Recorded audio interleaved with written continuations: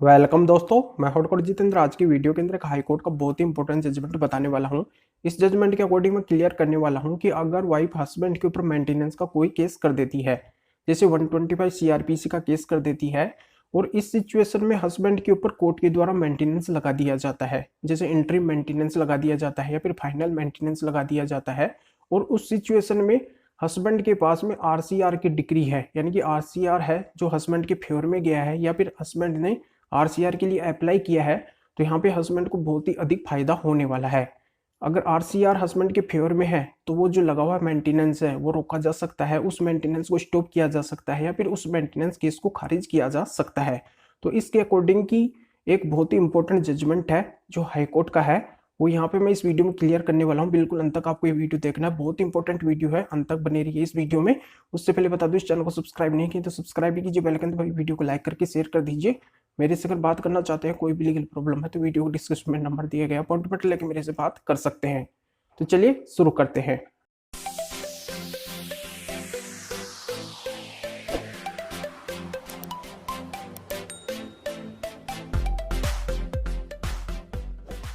तो सबसे पहले तो ये हाईकोर्ट का जजमेंट यहाँ पे क्लियर करने से पहले मैं आरसीआर के बारे में बता देता हूँ कि आरसीआर है क्या। आरसीआर का मतलब ये है कि जब हस्बैंड और वाइफ दोनों साथ साथ रह रहे हैं, उस सिचुएशन में दोनों में से कोई भी एक एक दूसरे को छोड़ के बिना वजह कहीं दूर पे चला जाता है, कहीं दूर रहने लग जाता है, बिना वजह, यहाँ पे कोई रीजन नहीं है, बिना वजह छोड़ के चला जाता है। इस सिचुएशन में एक कोई भी पार्टनर अगर एचएमए सेक्शन 9 का केस उसके ऊपर करता है, एचएमए सेक्शन 9 की रेमेडी लेने के लिए अगर वो अप्लाई करता है कोर्ट में, तो वो रेमेडी मिलती है रेस्टिट्यूशन कंजुगल राइट की। रेस्टिट्यूशन कंजुगल राइट का मतलब ही आरसीआर होता है। यानी कि यहाँ पे स्पष्ट शब्दों में मैं क्लियर कर देता हूँ कि अगर कोई भी पार्टनर, यहाँ पे हस्बैंड हो या फिर वाइफ हो, एक दूसरे को छोड़ के कहीं दूसरी जगह पे चले जाते हैं, और यहाँ पे उसको बुलाने के लिए जो कोर्ट के माध्यम से हिंदू मैरिज एक्ट के सेक्शन 9 का जो केस किया जाता है, जो एप्लीकेशन लगाया जाता है, उस एप्लीकेशन में जो रेमेडी मिलती है, जिससे फायदा मिलता है, उसी को रेस्टिट्यूशन कंजुगल राइट आरसीआर कहते हैं। तो ये जानकारी आपकी समझ में आ गई होगी। तो अब यहाँ पे मैं हाईकोर्ट का जजमेंट क्लियर कर देता हूँ कि इसके अकॉर्डिंग हुआ क्या, आरसीआर से हस्बैंड को फायदा कैसे हो सकता है, और इस जजमेंट में हुआ क्या। तो यहाँ पे मैं क्लियर कर देता हूँ कि पहले वाइफ ने हस्बैंड के ऊपर किया मेंटेनेंस 125 सीआरपीसी का केस। तो जब वाइफ ने मेंटेनेंस 125 सीआरपीसी का किया तो वो वाइफ के फेवर में ही गया।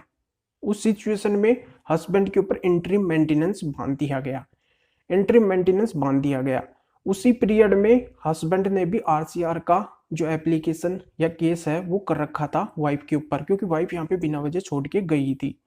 तो इस पीरियड के अंदर ही जब वो मेंटेनेंस हस्बैंड के ऊपर बांध दिया गया, इंटरिम मेंटेनेंस लगा दिया गया, तो उसी बीच यहाँ पे आरसीआर का जो कोर्ट का निर्णय है वो भी आ गया, और आरसीआर की डिग्री हस्बैंड के फेवर में आ गई।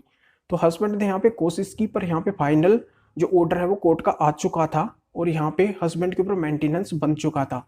तो फिर हस्बैंड ने क्या किया, हस्बैंड गया हाई कोर्ट, हाई कोर्ट में इसको चैलेंज किया हस्बैंड ने, और हस्बैंड ने वहां पे जो आरसीआर की डिग्री उसके फेवर में आई थी, हस्बैंड के फेवर में आई थी, वो आरसीआर की डिग्री उसने हाई कोर्ट में लगाई, हाई कोर्ट में दिखाई कि यहाँ पे मेरे ऊपर ये मेंटेनेंस लगाया गया है, ये मेंटेनेंस बांधा गया है मेरे ऊपर, जबकि आरसीआर मेरे फेवर में आ रही है। यानी कि आरसीआर का मतलब ये है कि वाइफ बिना वजह हस्बैंड को छोड़ के गई है, ये यहाँ पे वो सिद्ध किया, आरसीआर वहां पे बताया, कोर्ट में बताया, हाई कोर्ट में बताया कि यहाँ पे देखो ये आरसीआर की डिग्री है जो मेरे फेवर के अंदर है, कोर्ट ने मेरे फेवर में दी है, क्योंकि वाइफ यहाँ पे बिना वजह मेरे को छोड़ के गई है।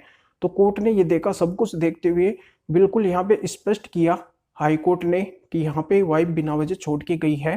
तो यहाँ पे वाइफ को ये डायरेक्शन दिया गया कि वाइफ हस्बैंड के साथ में रहे, वाइफ हस्बैंड के साथ में रहे, और अगर वाइफ हस्बैंड के साथ में नहीं रहती है तो यहाँ पे वो मेंटेनेंस भी नहीं ले सकती है, क्योंकि वो बिना वजह हस्बैंड को छोड़ के गई है। तो यहाँ पे यही बात क्लियर हुई कि अगर आरसीआर की डिग्री हस्बैंड के फेवर में है, और यहाँ पे हस्बैंड उस डिग्री को ले चुका है, तो वो वाइफ है जो हस्बैंड के साथ में रहे, या फिर अगर वो मेंटेनेंस के लिए अप्लाई करती है, आरसीआर हस्बैंड के फेवर में भी है, तो वो मेंटेनेंस नहीं लेगी, वो मेंटेनेंस नहीं लेगी, क्योंकि आरसीआर का मतलब है रेस्टिट्यूशन कंजुगल राइट, यानी कि इसकी रेमेडी हस्बैंड को मिलनी चाहिए, और यहाँ पे हस्बैंड को इसका फायदा होना चाहिए। तो इस तरीके से कोर्ट ने यहाँ पे क्लियर किया कि यहाँ पे वाइफ है जो बिना वजह हस्बैंड को छोड़ के गई थी, तो यहाँ पे वाइफ है जो हस्बैंड के साथ में रहे, अगर वो साथ में नहीं रहती है तो उसको मेंटेनेंस नहीं मिलेगा। तो ये बात यहाँ पे क्लियर हो गई होगी कि आरसीआर के जरिए से आप मेंटेनेंस केस को खारिज करवा सकते हो, उसको स्टॉप करवा सकते हो अगर आरसीआर की डिग्री हस्बैंड के फेवर में है। तो आरसीआर का मतलब आपको पता चल गया होगा, आरसीआर का सामान्य अर्थ सेक्शन 9 ही होता है। तो पूरी जानकारी आपके समझ में आ गई होगी। और अब यहाँ पे मैं ये हाईकोर्ट का जजमेंट भी बता देता हूँ, जो है उड़ीसा हाईकोर्ट का जजमेंट है। बालाराम दास वर्सेज गीतांजलि दास के नाम से ये जजमेंट है, 12 जुलाई 2000 का है। इस वीडियो को डिस्क्रिप्शन में इसकी पूरी डिटेल दी गई है, इसका पीडीएफ भी दिया गया है, वहां से आप इसको अच्छी तरह से रीड करके अगर आपका भी ऐसा ही केस बनता है तो बिल्कुल आप इस जजमेंट को यूज करके फायदा उठा सकते हैं। तो ये पूरी जानकारी आपके समझ में आ गई होगी। तो वीडियो को लाइक करके ज़्यादा से ज़्यादा शेयर कर दीजिए और लोगों को भी इस जानकारी का पता चल सके। तो फिर आगे मिलेंगे आपसे नए वीडियो नए टॉपिक के साथ में। आप सभी का बहुत बहुत धन्यवाद।